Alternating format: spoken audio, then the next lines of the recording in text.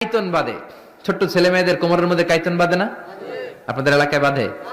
তাবিজ ঝুলা, এতগুলা করে তাবিজ, গলায় এতটি, হাতে এতটি, এদিকে এতটি, আবার কোমরে এতটি। তাবিজের ভারেই তো পোলায় অসুস্থ হয়ে যাবে। সুস্থ হবে কি করে?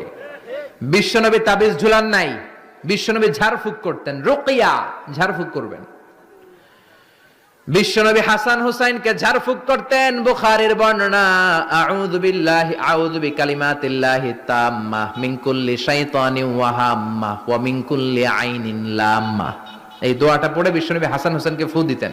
বিশ্বনবী তাবিজ দেখলে ছিঁড়ে ফেলতেন, সাহাবারা তাবিজ দেখলে ছিঁড়তেন, আর আমরা তাবিজ ঝুলাই।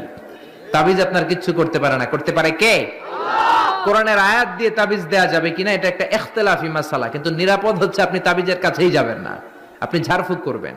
আপনারে রাত্রেবেলা জিনে ধরে যাতে আপনি সূরা ফালাক, সূরা নাস পড়ে ফু দেন, আয়াতুল কুরসি পড়ে ফু দেন, জিনের বাদশাও দিবে।